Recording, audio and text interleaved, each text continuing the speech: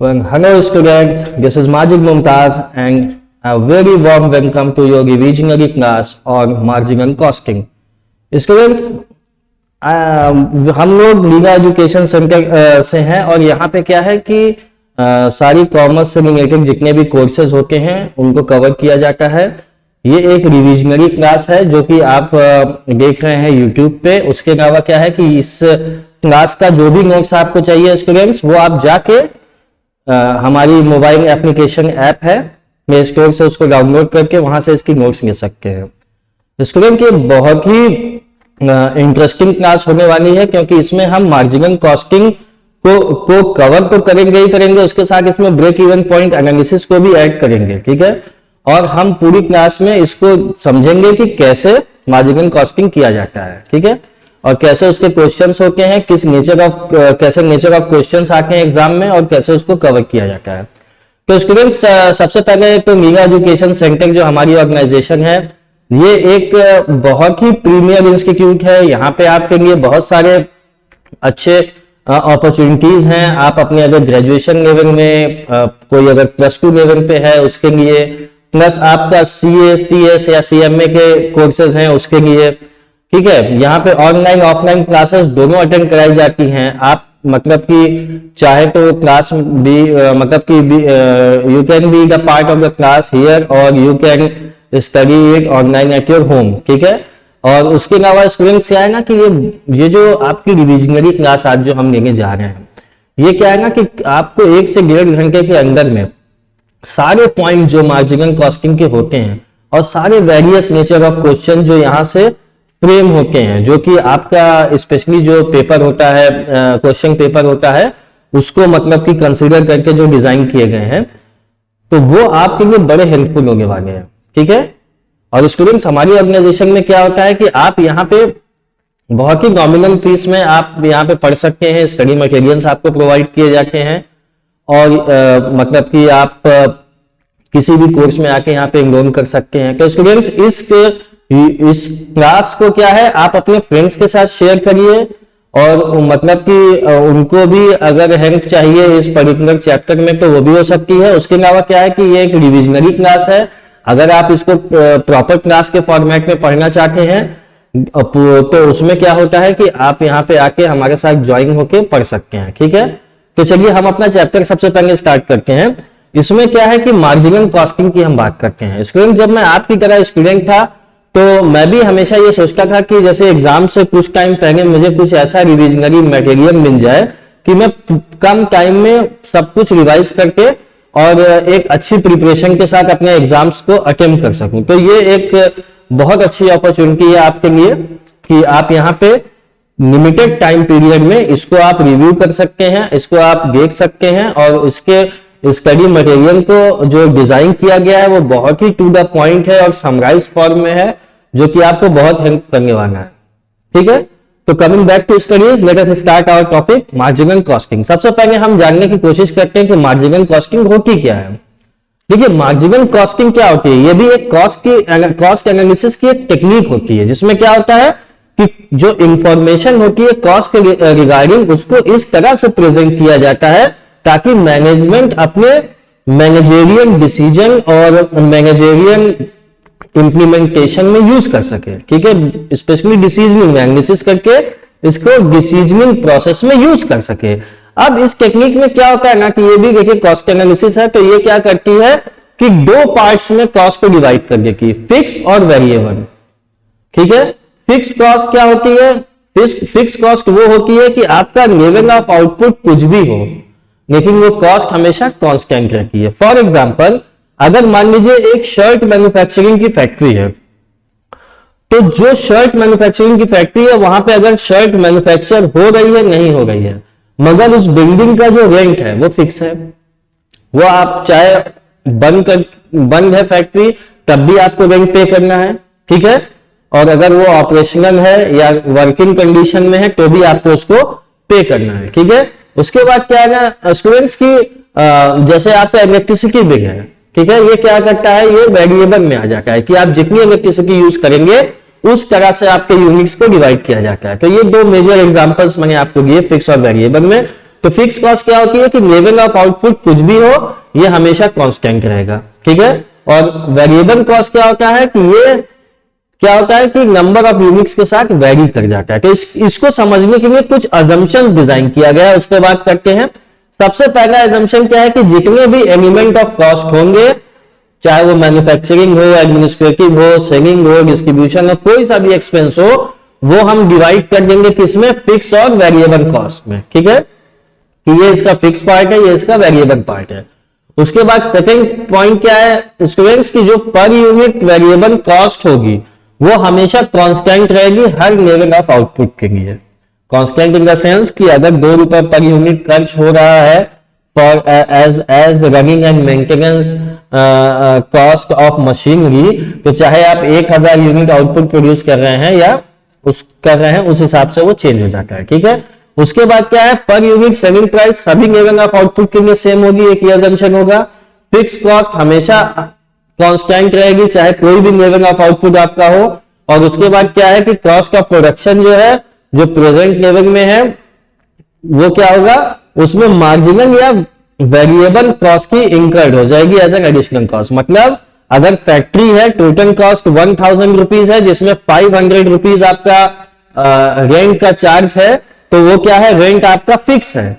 अब उसमें आप क्या है कि वेरिएबल क्या है कि अब आप आउटपुट चेंज करके जा रहे हैं, तो लेबर इंक्रीज करके जा रहे हैं, तो वो वेरिएबल कॉस्ट क्या है, वो आपकी एडिशनल कॉस्ट हो जाएगी। मतलब फिक्स नहीं चेंज होगा, वेरिएबल चेंज होता रहेगा। तो ये बेसिकली 5 अजम्पशन होती है। अब इसमें देखते हैं प्रॉफिट कैलकुलेशन की अप्रोच क्या होती है कि इनकम वेरिएबल मार्जिनल कॉस्टिंग में कैसे डिटरमाइन होती है, ठीक है।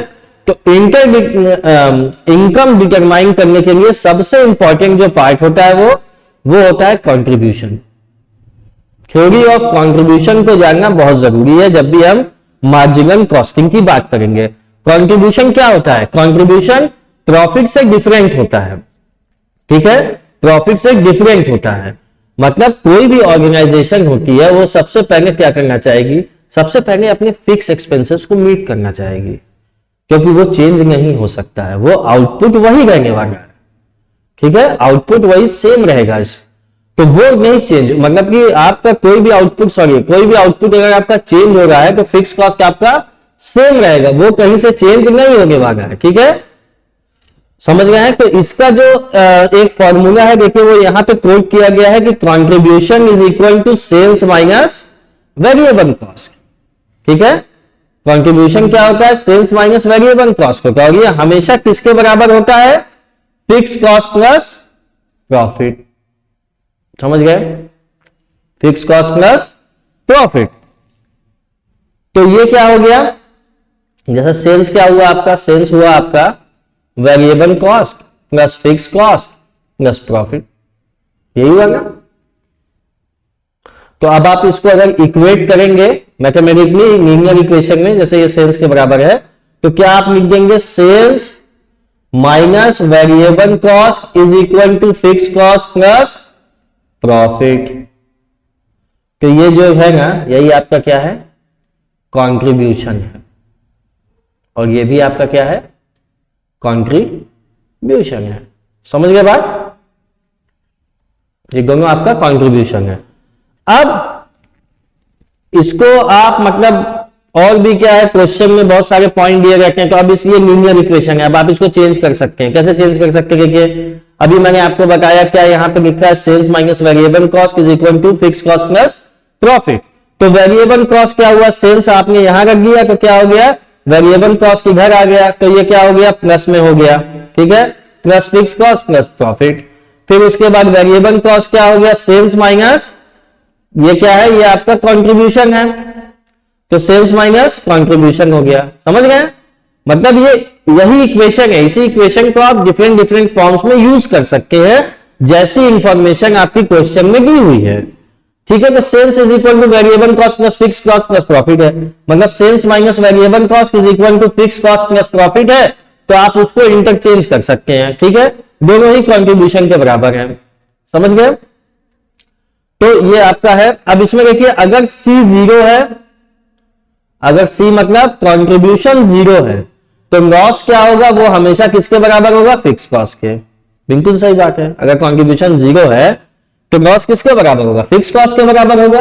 ठीक है, तो अब कैसे ये पता चला? ये देखिए आपने ये जो फॉर्मूला लिखा है, contribution is equal to fix cost plus profit.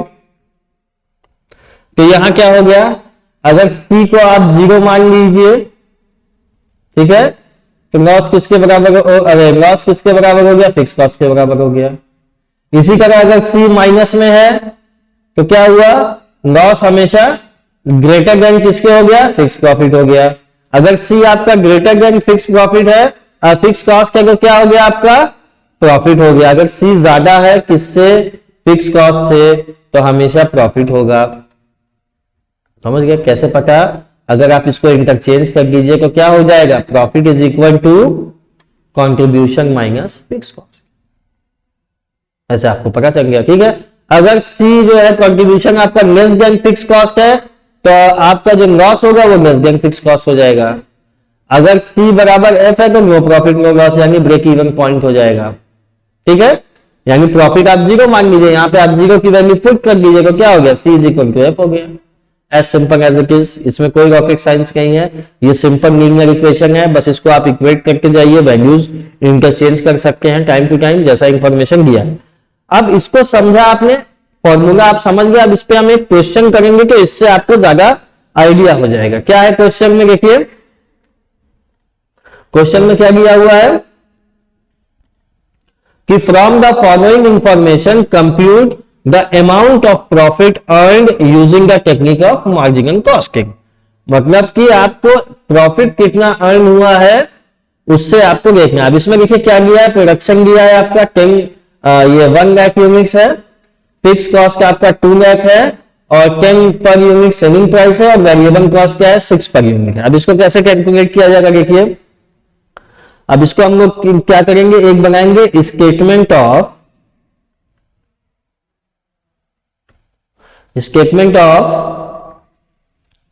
Marginal cost and profit. ठीक है,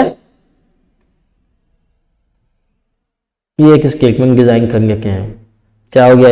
ये आपका रुपीस है और ये आपका पर्टिकुलर्स। ठीक है स्टूडेंट्स, अब पर्टिकुलर्स में क्या है? आपको पता है सेल है, तो सेल्स कितनी है? 1 लाख मल्टीप्लाइड बाय कितने सेलिंग प्राइस है? ₹10 पर यूनिट। तो ये कितने हो गए? 10 लाख। ठीक है, अब देखिए इसमें क्या है, वेरिएबल कॉस्ट किसमें से लेस कर लीजिए, कितना है? 6 per unit multiplied by 1 lakh. क्या आ गया? ये 6 लाख आ गया। ठीक है, अब देखिए क्या आया, ये आंसर 4 लाख आ गया। ये 4 लाख आपका क्या है? 4 लाख आपका क्या है? 4 लाख आपका है कंट्रीब्यूशन।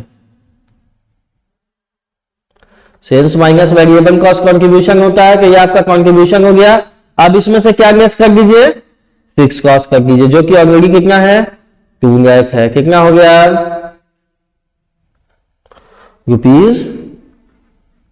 ₹2 लाख आपका प्रॉफिट हो गया। ठीक, एकदम इजी है, इसमें कोई बात नहीं है।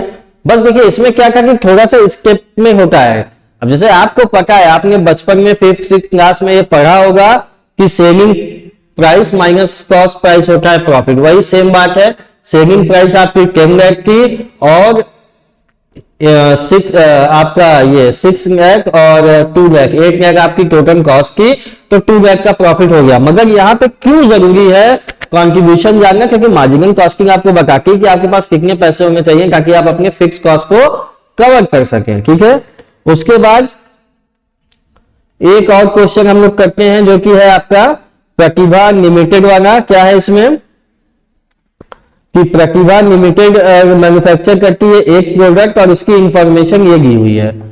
ठीक है, क्या दिया हुआ है? टोटल फिक्स कॉस्ट दिया है 10,000 रुपीज का, और उसके बाद वेरिएबल कॉस्ट पर यूनिट है ₹2 पर यूनिट, और उसके बाद सेलिंग प्राइस पर यूनिट है 5, और नॉर्मल कैपेसिटी क्या है? 10,000 यूनिट्स पर एनम। ठीक है, अब production and sale date for the past 3 years क्या दिया हुआ है? प्रोडक्शन एंड सेल रेट क्या दिया हुआ है कि आपने 8,000 का प्रोडक्शन किया और 5,000 यूनिट उसमें से सेल हो गया 25,000 रुपए में। तो जब ये 25,000 में हो गया तो ये क्या है आपका कितना हो गया, ये 5 रुपए पर यूनिट हो गया। ठीक है, इसी तरह 4,000 यूनिट प्रोड्यूस किया, 5,000 सेल हुआ है 13-14 में 25,000, 10,000 प्रोडक्शन है 5,000 है तो 25,000। ठीक है, अब इसमें हमको क्या करना है, इसमें हमको निकालना है, इसमें देखिए क्या गया है finish goods at the start of 12 यानी ये ओपनिंग स्टॉक क्या है 1,000 यूनिट्स वैल्यूड एट ₹3,000। 3,000 की वैल्यूएशन है जिसमें 2,000 का वेरिएबल है और 10,000 का फिक्स है। You are required to prepare statement, ये एब्जॉर्प्शन कॉस्टिंग नहीं है, मार्जिनल कॉस्टिंग। ठीक है, मार्जिनल कॉस्टिंग में आपको वो करना है। ठीक है, तो आइए इसका स्टेटमेंट हम लोग ईयर वाइज बनाएंगे और जानेंगे कि मार्जिनल कॉस्टिंग को कैसे ब्रेकअप किया जाता है। ठीक है, तो सबसे पहले क्या हम करेंगे, एक नोट बनाएंगे क्या कि हमें सबसे पहले जानना है कि देखिए क्या है कि इसमें ओपनिंग स्टॉक तो दिया है, कितना दिया है 1,000 यूनिट्स। ठीक है, 3,000 पे है, लेकिन हमें अभी क्लोजिंग स्टॉक भी इसका चाहिए होगा।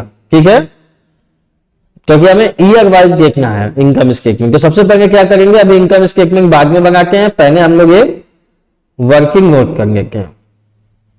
ठीक है, या पहले एक काम करते हैं फॉर्मेट बना के कुछ चीजें इसमें पुट कर लेते हैं। ठीक है, आइए देखा जाए।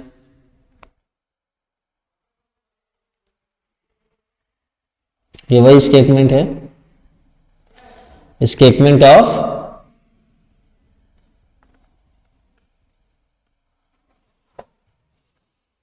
इनकम और मार्जिनल कॉस्ट, ब्रैकेट में मार्जिनल कॉस्ट। ठीक है, अब इसमें 3 साल का दिया हुआ है। पहला साल क्या है आपका 2012-13, फिर क्या है 13-14 और फिर क्या है 14-15। ठीक, सेल्स आपको पता है हर महीने में कितनी है at the rate of 5 per unit. ये हमें कैसे पता चला 25,000 रुपीज डिवाइडेड बाई 5,000 यूनिट्स। क्या आ गया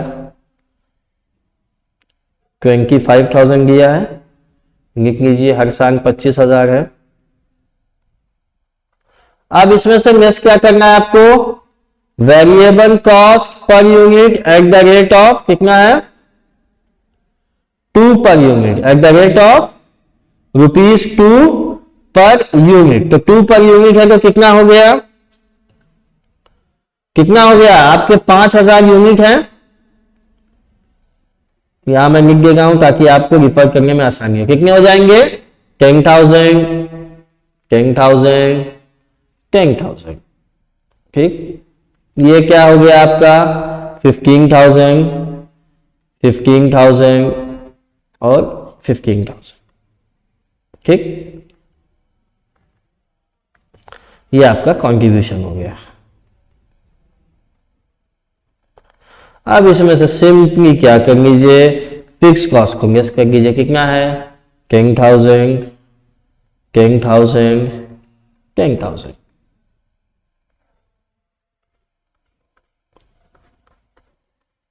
कितना प्रॉफिट हो गया, वेरी इजी 5,000 5,000 और 5,000। देखिए क्या हो रहा है इसमें, इसमें जो आउटपुट लेवल का है इसमें बहुत सारी कहानी दिया गया है, क्योंकि एब्जॉर्प्शन कॉस्टिंग भी इसमें पूछा गया था। इसमें बहुत सारी कहानी दिया गया है कि आपका फिक्स फिनिश गुड्स कितने का है ना, उसकी वो वैल्यू है, तो वो एब्जॉर्प्शन कॉस्टिंग का पार्ट है। मार्जिनल कॉस्टिंग में तो बड़ा सिंपल है कि आप सेल्स में से वेरिएबल कॉस्ट को माइनस कर दीजिए और उसके बाद उसमें जो आएगा वो कंट्रीब्यूशन है, कंट्रीब्यूशन में से आप फिक्स कॉस्ट माइनस करेंगे तो प्रॉफिट आ जाएगा। As simple as it is है। ठीक है, इसमें कोई बहुत बड़ा इश्यू नहीं था। ठीक है, अब देखिए इसमें मेन एरियाज क्या होते हैं, डिसीजन मेकिंग और मार्जिनल कॉस्टिंग जो होती है उसमें क्यों डिसीजन मेकिंग होती है वो समझने की बात है। अब ये आपने अभी पढ़ा कि क्या था ये कि ये एक आपका मतलब कि ये कॉस्ट एनालिसिस होता है। सबसे बड़ा एनालिसिस क्या होता है, सबसे बड़ा क्वेश्चन किसी भी ऑर्गेनाइजेशन के लिए किसी भी बिजनेस के लिए क्या होता है, मेक और बाय डिसीजन। मेक और बाई डिसीजन का मतलब क्या होता है कि जिसमें मैनेजमेंट को डिसीजन लेना पड़ता है, ठीक है, समझ गए हैं। तो इसमें क्या होता है कि मैनेजमेंट को डिसाइड करना पड़ता है कि वो प्रोडक्ट को फैक्ट्री में बनाए या बाई करे। जैसे बहुत सारे केसेस आपके हैं, जैसे देखिए कोका कोला और पेप्सी, जो ग्लास वाला बॉटल है ना, वो अपने यहां नहीं बनाता है, वो कहीं और बनवाता है और उसको खरीद लेता है ना। क्यों? क्योंकि वो डिसीजनिंग ऐसी है कि ठीक है, अगर हम अपने यहां बनाएंगे तो महंगा पड़ जाएगा, अगर हम मतलब कि कहीं से लेंगे तो हमको सस्ता पड़ेगा। ऐसा ही डिसीजन होता है ना कि भाई जो कॉस्ट इफेक्टिव हो। अगर जैसे आप देखिए ना, आपको मैं बड़ा अच्छा एग्जांपल देता हूं, इंडियन रेलवेज। इंडियन रेलवेज ने क्या किया, एक अपनी अंडरटेकिंग बनाई हुई है, उसमें क्या है, उसका नाम है आईआरसीटीसी। आईआरसीटीसी क्या करता है, वो रिजर्वेशन और ये सारे ऑनलाइन पोर्टल्स को हैंडलिंग करता है, प्लस वो खाने वाने का सारा अरेंजमेंट ट्रेन ड्यूरिंग ट्रेवलिंग में वो प्रोवाइड कराता है। तो वो क्या है, वो खुद चाहे तो अपना सारा प्लेटफॉर्म अरेंज कर सकता है, मगर वो क्यों कराता, क्यों? क्योंकि उसको वो इजी लगता है, वो उसके लिए कॉस्ट इफेक्टिव है। कि अगर वो खुद से करेगा तो उसके लिए मैन पावर रखना पड़ेगा, एक जगह देना पड़ेगा, उसने किसी को आउटसोर्स कर दिया तो वो उसके बिहाफ पे कर देता है आईआरसीटीसी। इसी तरह आप एलआईसी देखिए, लाइफ इंश्योरेंस कॉर्पोरेशन, मतलब वो क्या है, it is a flag bearer in, मतलब LIC is a major player in insurance sector. वो चाहे तो कितनी बड़ी भी मैन पावर टीम बना सकता है, लेकिन वो क्या करता है, वो उसको सेलिंग को आउटसोर्स कर देता है, वो अपने एजेंट्स बना देता है। वो एजेंट्स बेचा करते हैं अपना इंश्योरेंस और उसके बदले में उनको वो कमीशन पे कर देता है। यानी जो वो कमीशन पे करता है वो सस्ती पड़ती है इन कंपैरिजन की वो अगर फुल टाइम एम्प्लॉय रखे और उसको सैलरी दे। तो ये बहुत बड़ा डिसीजन होता है किसी भी ऑर्गेनाइजेशन के लिए कि बनाया जाए या खरीदा जाए, और ये सोनली किस पे डिपेंड होता है, जो लीस्ट कॉस्ट पे होगा, जो मिनिमम कॉस्ट होगी वही अडॉप्ट किया जाएगा। जैसे आप का ट्रैवल का बिजनेस करना है तो सारी कार परचेस कर ली जाए, या बहुत सारे ओनर्स कार, बहुत सारे कार वालों को जो मतलब कि टूरिस्ट कार वाले हैं उनसे एक टाई अप कर लिया जाए, क्या इफेक्टिव है। सारी कार रखेंगे तो सारी कार में क्या है कि सारी आपकी अपनी कार है, मगर उसके साथ खर्चे भी हैं।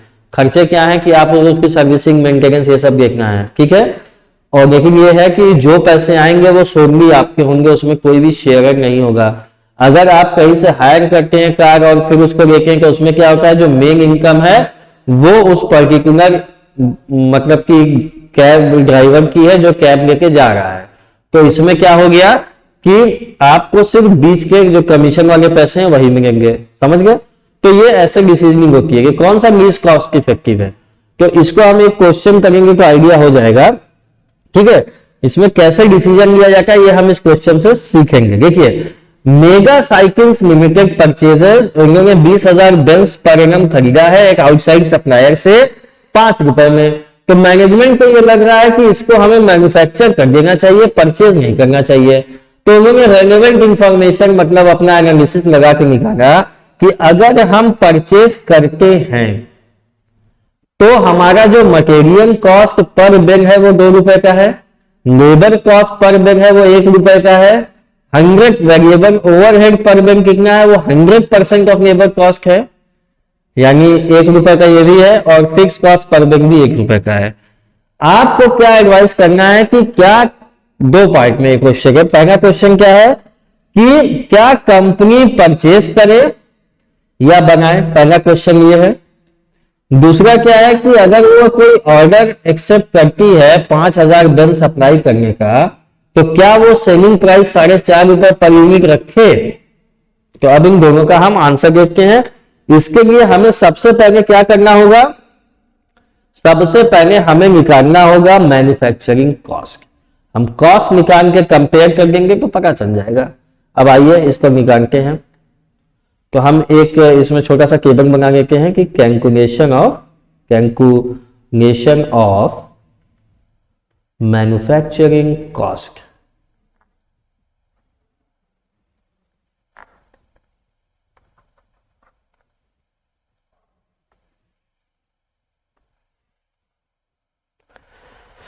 ठीक है, तो यहां पे सबसे पहले क्या होगा, पर्टिकुलर्स हो गए, और उसके बाद यहां हम पर बैंक पे करेंगे और यहां पे क्या है 20,000 बिल्स, राइट, ठीक है। अब पर्टिकुलर्स क्या करते हैं, हम सबसे पहले इसकी मार्जिनल कॉस्ट देखेंगे कि क्या है,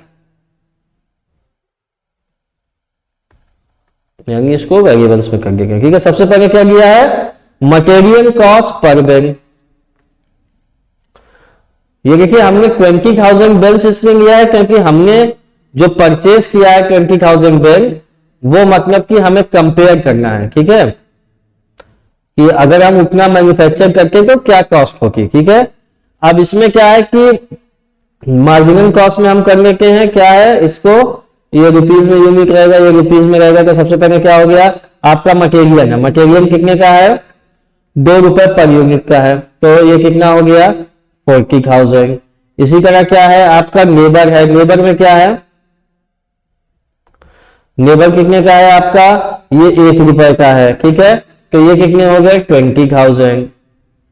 और क्या है, वेरिएबल ओवरहेड पर बिल कितना है, वेरिएबल ओवरहेड पर बिल कितना है, 100% ऑफ लेबर कॉस्ट, यानी 1 रुपए का 1 रुपए ये हो गए, ठीक है, ये 20,000 हो गए।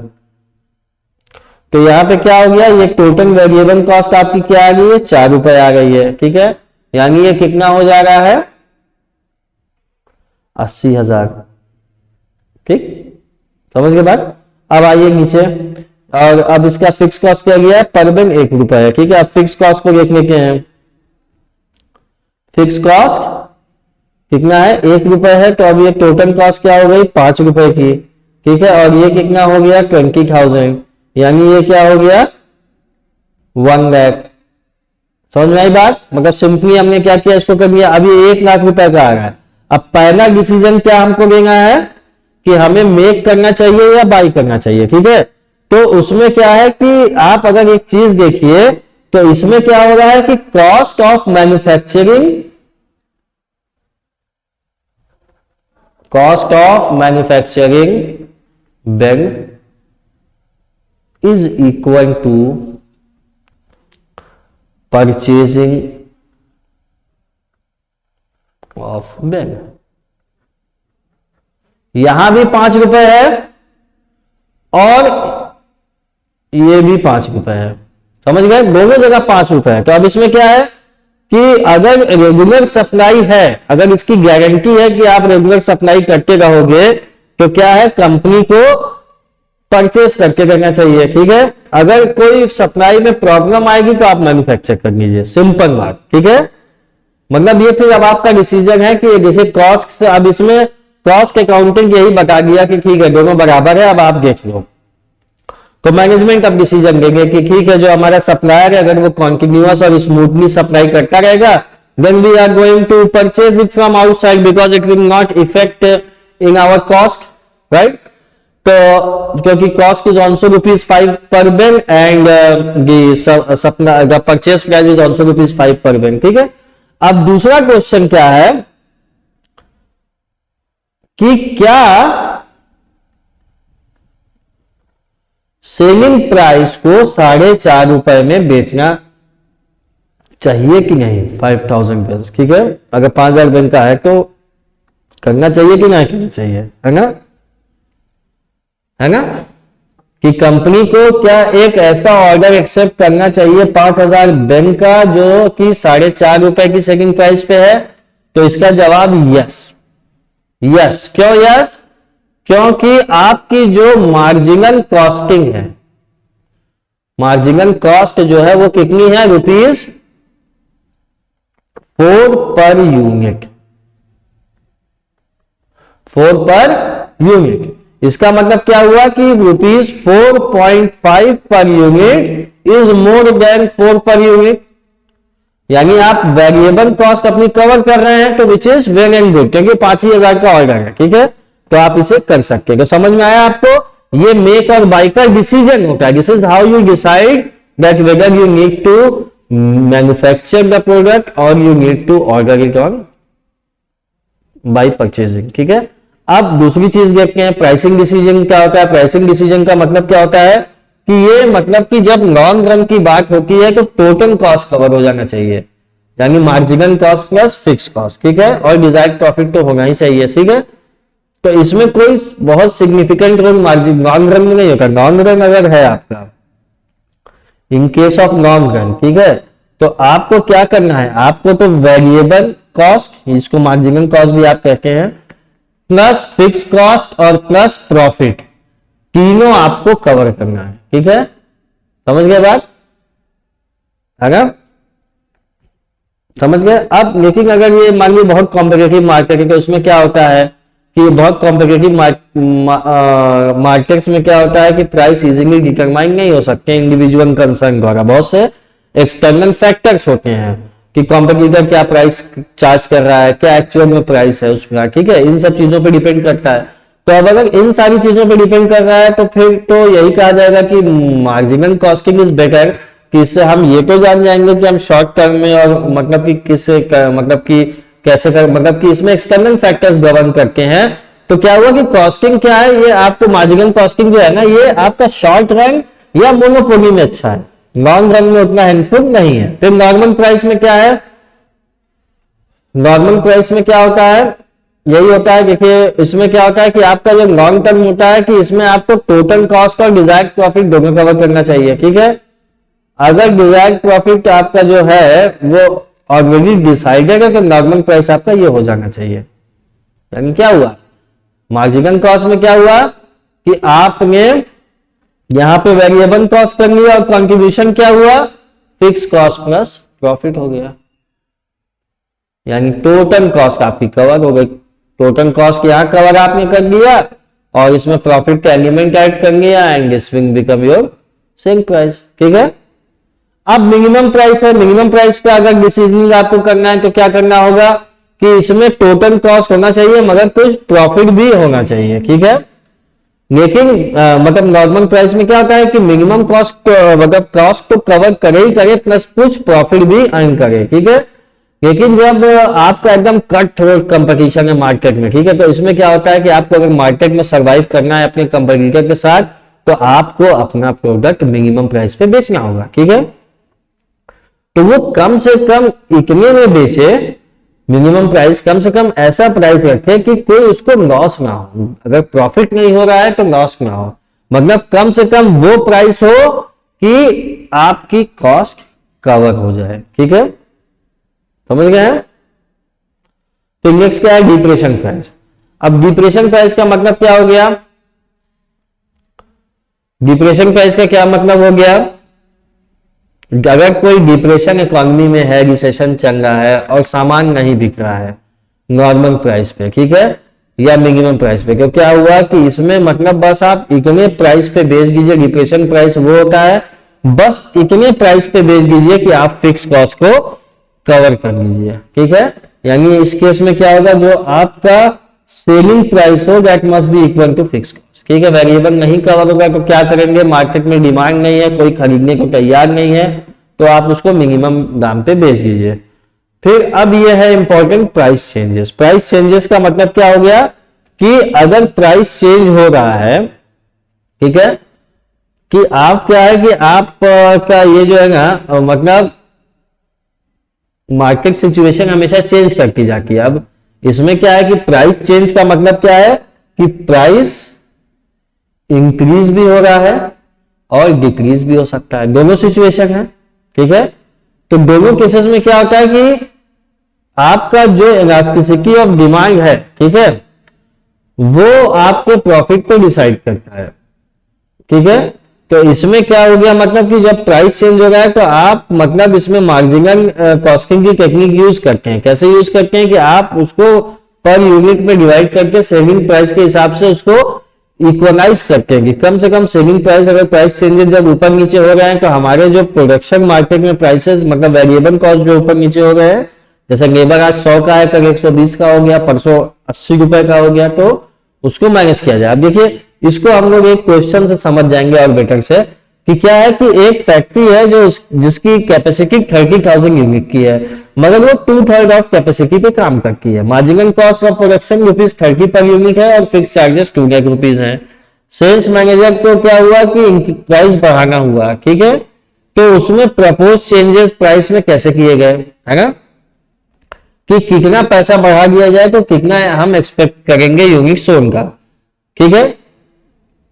अगर हम ₹45 पे बेचेंगे तो 20,000 यूनिट सोल्ड हो जाएंगे, अगर ₹50 पे बेचेंगे तो 18,000 यूनिट सोल्ड हो जाएंगे, और अगर ₹55 पे बेचेंगे तो 14,000 यूनिट सोल्ड हो जाएंगे। ये हमारे सेल्स डिपार्टमेंट ने बता दिया, ठीक है।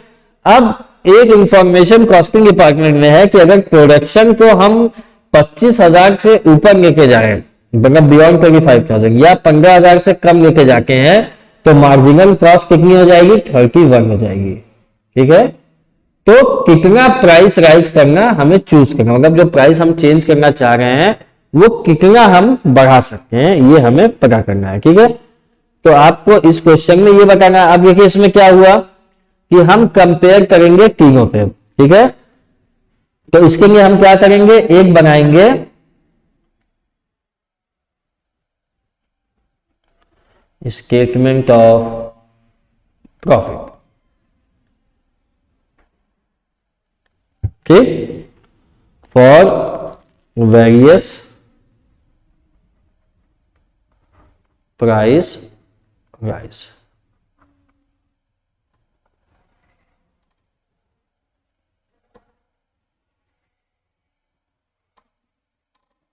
ठीक है। ये आपका 45 वाला है, अगर 45 पे बिक रहा है, ये आपका 50 वाला है, और ये आपका 55 वाला है, ठीक, समझ गए। अब आइए इसको देखते हैं कितना यूनिट्स है। अगर ये हो रहा है तो कितनी यूनिट्स है इसकी, कितनी की, 20,000, 18,000, 14,000, 18,000 और 14,000, ठीक है। ये यूनिट्स है 45, 50 और उस पर।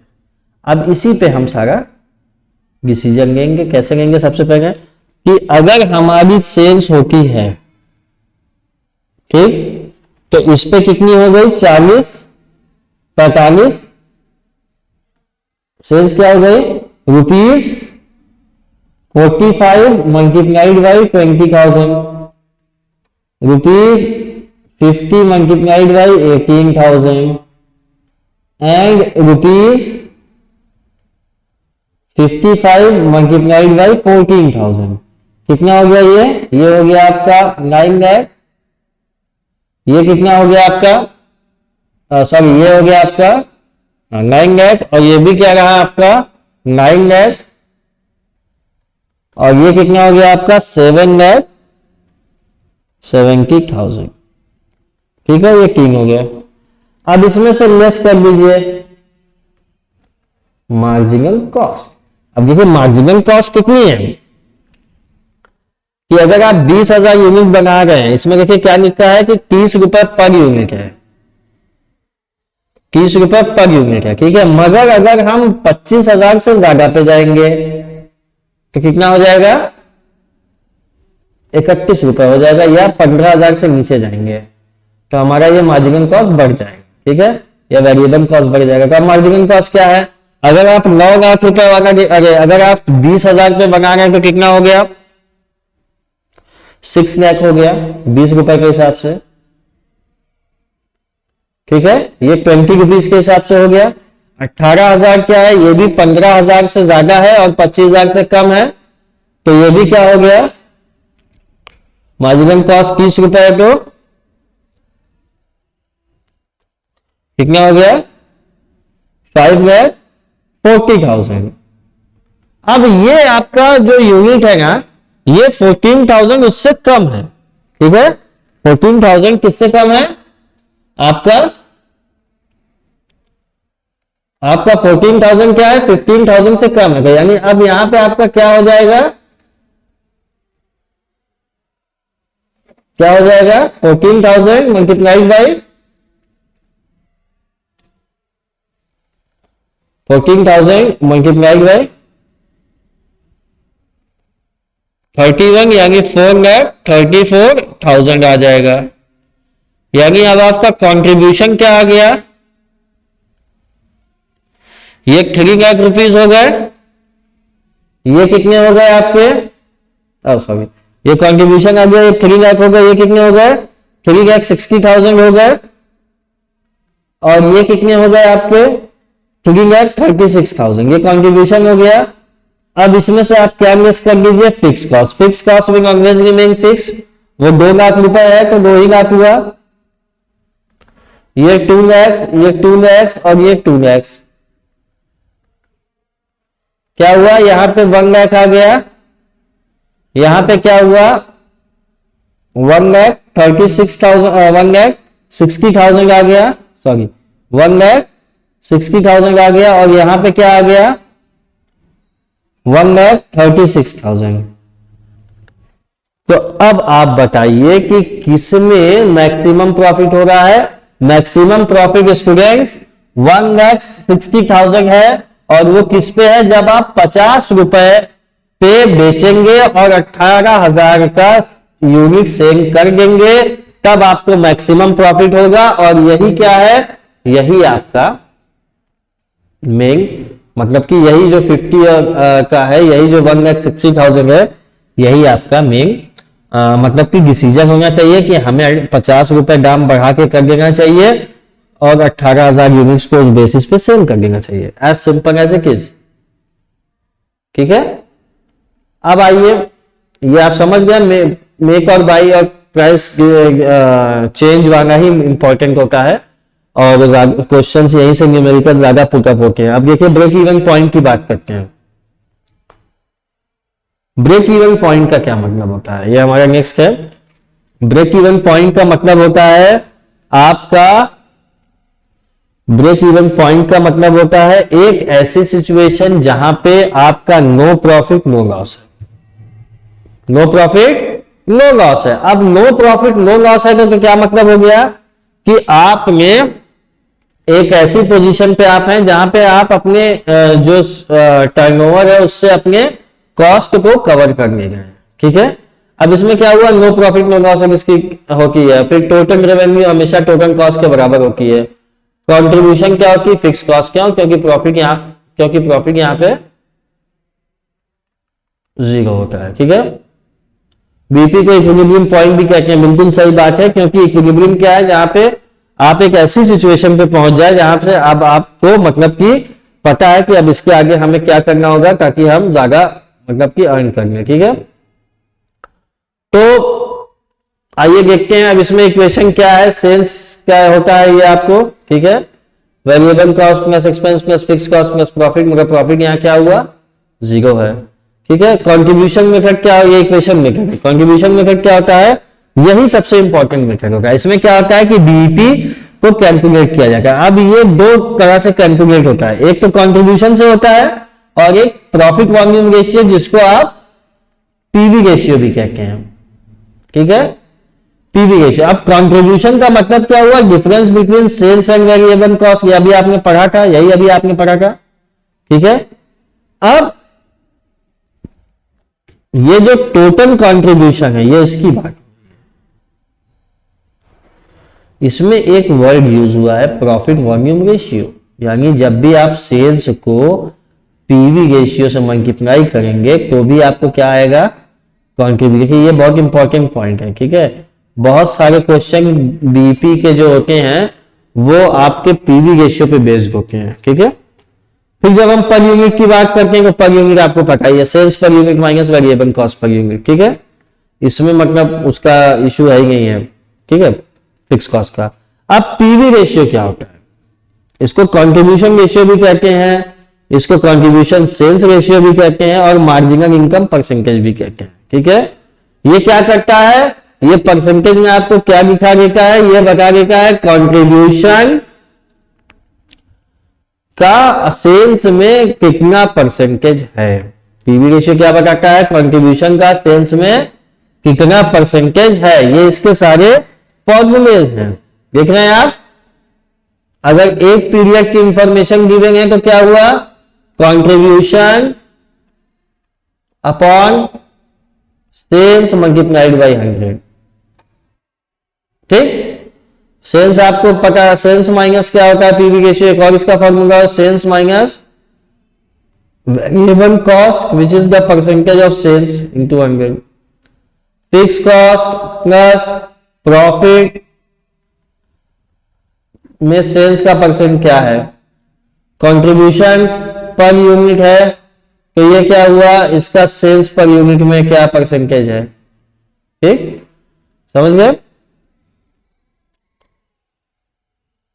और ये क्या, इसका ये बड़ा इंपॉर्टेंट है, ये इसको हमेशा याद रखिएगा कि 1 माइनस वेरिएबल कॉस्ट रेशियो होता है।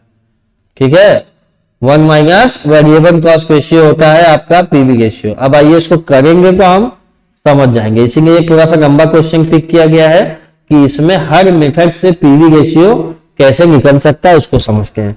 सबसे पहले क्या किया है, आपका पीवी रेशियो निकालना है, ईयर है 2013-14, 14-15 में सेल्स क्या थी, सिचुएशन ए में, और प्रॉफिट क्या था। ठीक है, उसके बाद 13-14 में आपका लॉस है 1,10,000 रुपए का और 20,000 रुपए का प्रॉफिट है 14-15 में। इसी तरह 13-14 में आपका 2 लाख का सेल है और 1,40,000 का प्रॉफिट है ना। इसी तरह आपका 4 लाख का सेल है और 2,40,000 का। इसी तरह हम एक एक करके करते हैं। सबसे पहले हम पॉइंट ए उठाते हैं। पॉइंट ए में क्या है कि आपको ब्रेक इवन पॉइंट इसका निकालना है। ठीक है, अब कैसे निकालना है देखिए, सबसे पहले सॉरी पीवी रेशियो निकालना है। सबसे पहले आपका पीवी रेशियो कैसे निकलेगा, ठीक है, पीवी रेशियो कैसे निकलेगा, आपका एक सेल्स दिया है और क्या दिया है, सॉरी पीवी रेशियो में क्या हो गया, change in profit divided by change in sale multiplied by 100। अब चेंज इन प्रॉफिट क्या है, ए में आपका प्रॉफिट पहले 30,000 था, अभी 70 हो गया, यानी 40 से इंक्रीज हो गया और सेल 1 लाख से इंक्रीज हो गई। ठीक है, तो ये क्या हो गया 70,000 माइनस 30,000 डिवाइडेड बाई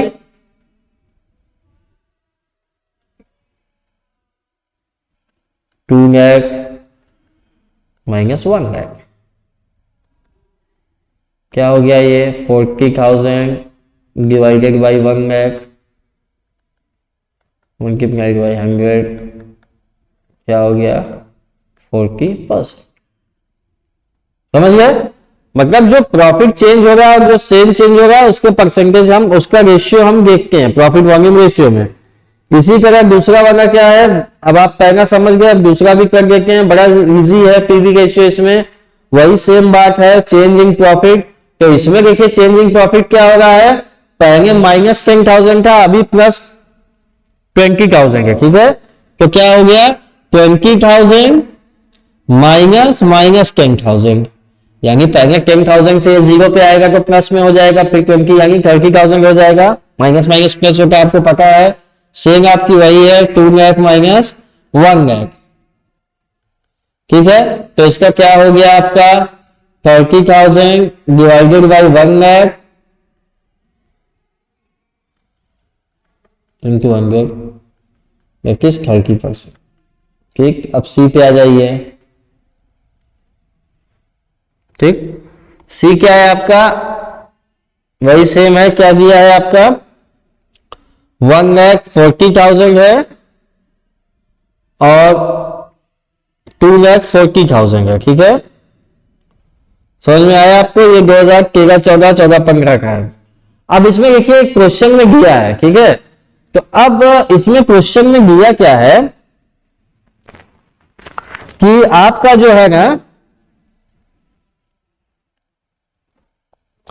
1,40,000 और 2,40,000 दिया है। ठीक है, अब ये जो आपका है इसमें कॉस्ट आपका यहां पे देखिए कॉस्ट दिया हुआ है। ठीक है, और ये भी मेरे ख्याल से मिसप्रिंट हो गया है ना, क्योंकि कॉस्ट है एनीवेज हम इसको सेंस ही मान के चलते हैं, ठीक है। यहाँ पे सेंस है, तो सेंस क्या हो गया आपका, 2,40,000 में से माइनस करेंगे,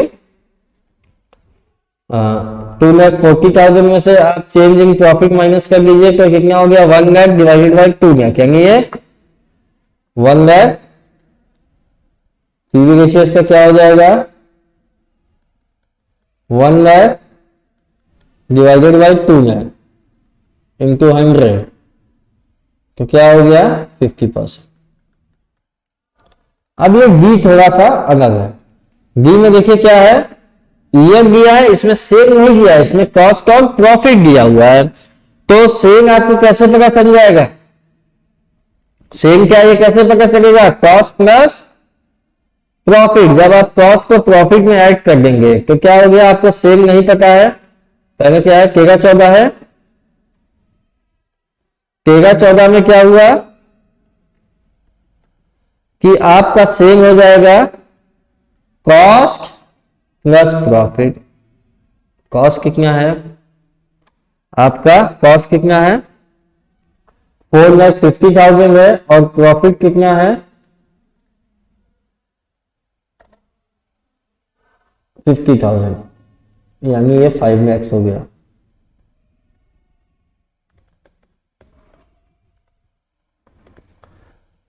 इसी तरह 14-15 में क्या है आपका, कॉस्ट 6 लाख है और 1 लाख है, यानी क्या हो गया sales,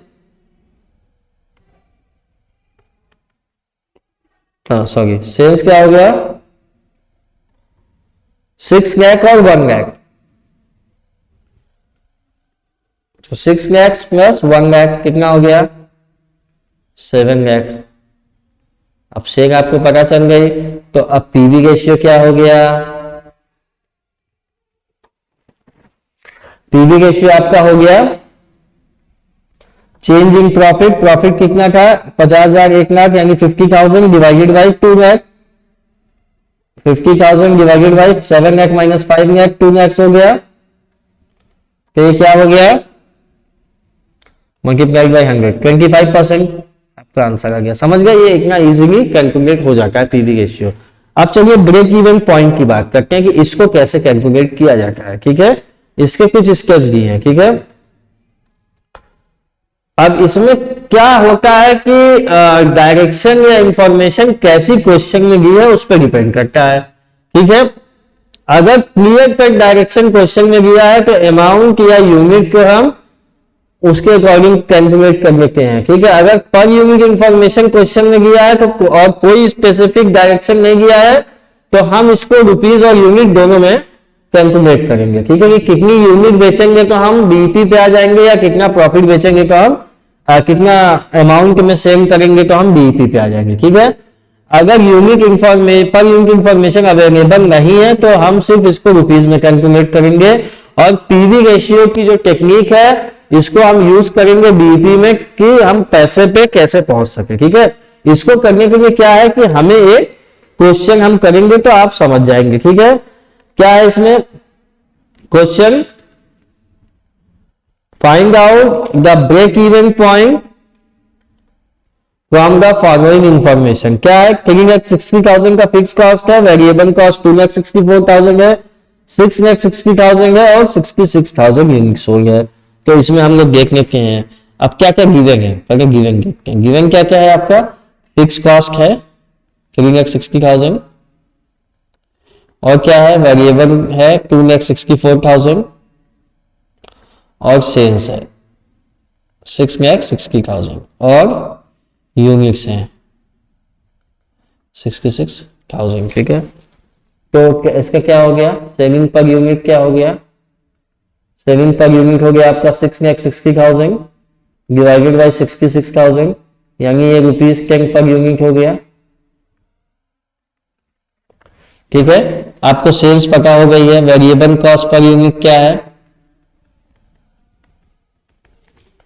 variable cost per unit है 2,64,000 डिवाइडेड बाई 66,000, तो क्या हो गया ₹4 पर यूनिट, ठीक है।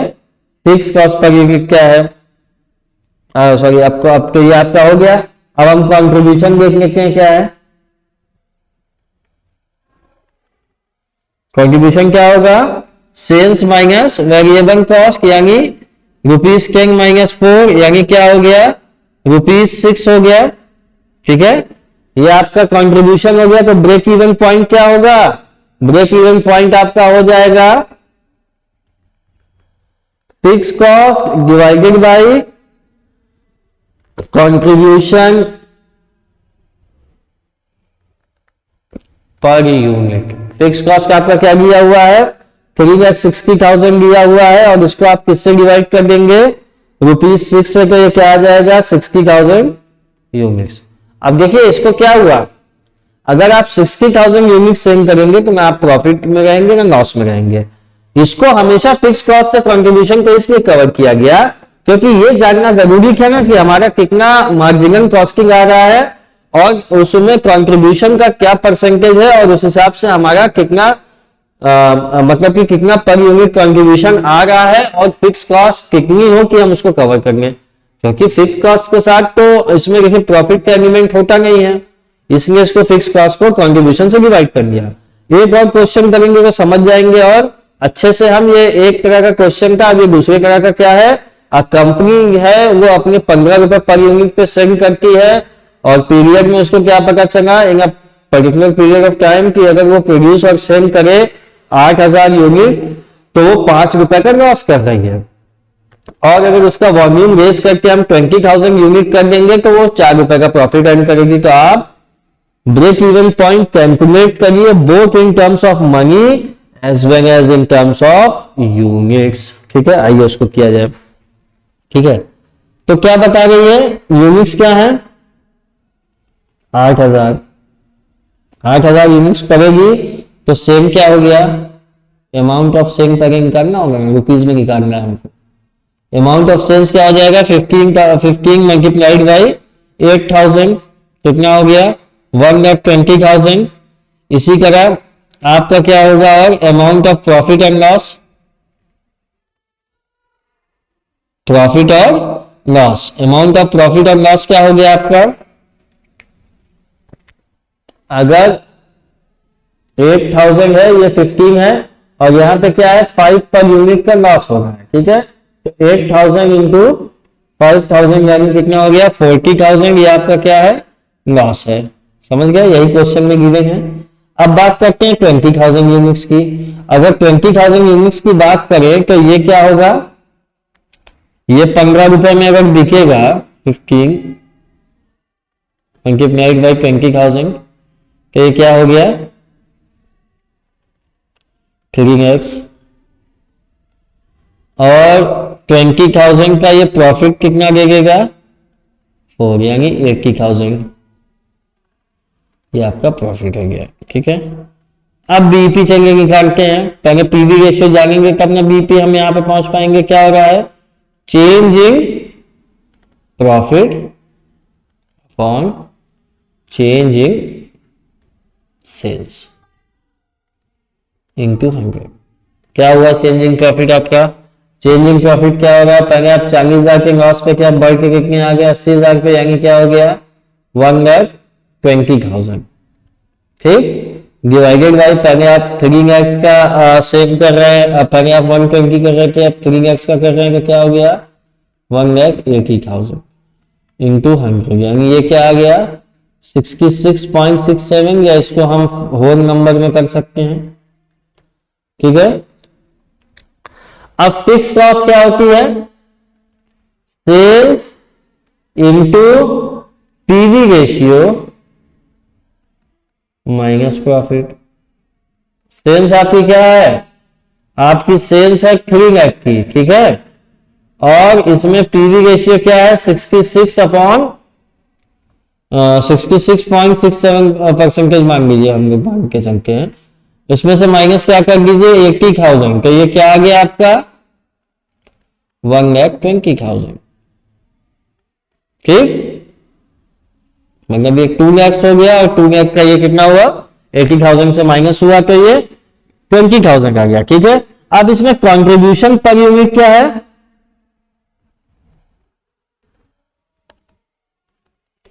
कंट्रीब्यूशन पर यूनिट होगा आपका selling price per unit multiplied by PV ratio, that is 15 multiplied by 66 2/3%, तो ये क्या हो गया ₹10। यानी अगर आप 10 रुपए पे बेचिएगा तो क्या हो जाएगा, कंट्रीब्यूशन है आपका 10 रुपए, ठीक है। अब इसके बाद हम बीईपी निकाल लेते हैं, break even point per unit. क्या होगा आपका, fix cost upon PV ratio. ये हम रुपीज में कन्वर्ट कर रहे हैं, मतलब हमको रुपीज में चाहिए, ठीक है।